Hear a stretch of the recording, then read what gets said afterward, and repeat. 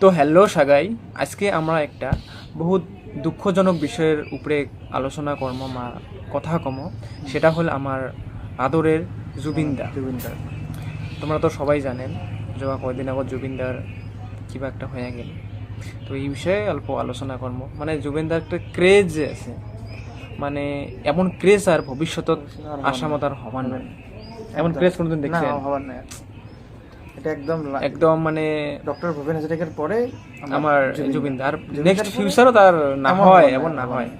মানে আজকে আমরা এলেই কম যে জুবিনদা কি জন্যে, মানে এত ক্রেজ কি জন্য? নিশ্চয় মানুষটা ভাল আছিল, বেয়া হলে তো আর হবার নয় না। পপুলারিটি অমনে না হয়, কিছু ভালো কাম করলে করছে, বানাইছে, কিছু ভাল কাম করছে মানুষটার দ্বারা, এটাই আর কি। তো একদম আমরা মানে শুরুর থেকেই শুরু করব। তো ভাই আমার অল্প কবে যে জুবিনদার একদম স্টার্টিং জার্নি থেকে কিছু কথা, যে জন্ম থাকি ধরি লাস্ট অবধি।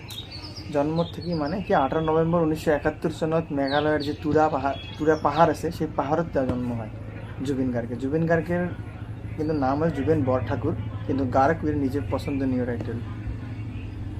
আর কথা হবা লিখছে জুবিন গার্গ।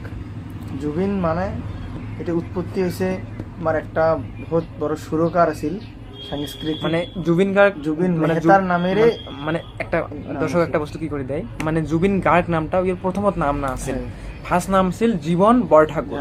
তারপরে তোমরা তো জানেন সিঙ্গার গিলে নাম মানে ফিল্ডত আসার পর চেঞ্জ করে এই টাইপের হয়েছে। কথা হল ইয়ের প্রথম যেটা হয় জনপ্রিয়তা হয় অনামিকে যে একটা বোলছবি আছে, সেই বোলছবিতে কিন্তু এই মানে পপুলারিটি বেশি হয়।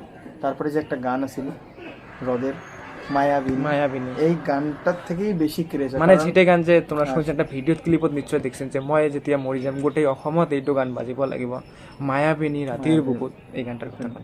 তারপরে আমার জুবিনদা বলিউডে তো বহুত গান গেছে, যেমন আপনার গানটা জানেন ইয়ে আলী গ্যাংস্টার মুভি, এটা 2006 আসছিল, কিন্তু মানে ইয়ালি এমন একটা গান মানে মানে ফাটে দেওয়া, মানে বলিউড আজকের ডেট অফ দি হিট। মানে তাহলে চিন্তা করি দেখো অত দূর, মানে 2006 টু 2025, তাহলে আজকের ডেটত যদি গানটা যে এত হিট, 20 বছর হল, ওই ডেটত গানটা কত সমান হিট আছে। ঠিক কথা। এটাই মানে আমার জুবিন গার্গ যদি আসামের বাইরে থাকিল হয়, ওই জন্য জুবিনদা নিজে কইছে, জুবিনদা একজনটা কইছে, নামটা না কম, জুবিনদা কইছে যদি তুই মারা যাস তাহলে মুম্বাইও বন্ধ হবার না, বেঙ্গলও বন্ধ হবার না, কিন্তু মুই যদি মারা যাং মোর আসাম 7 দিন বন্ধ থাকবে।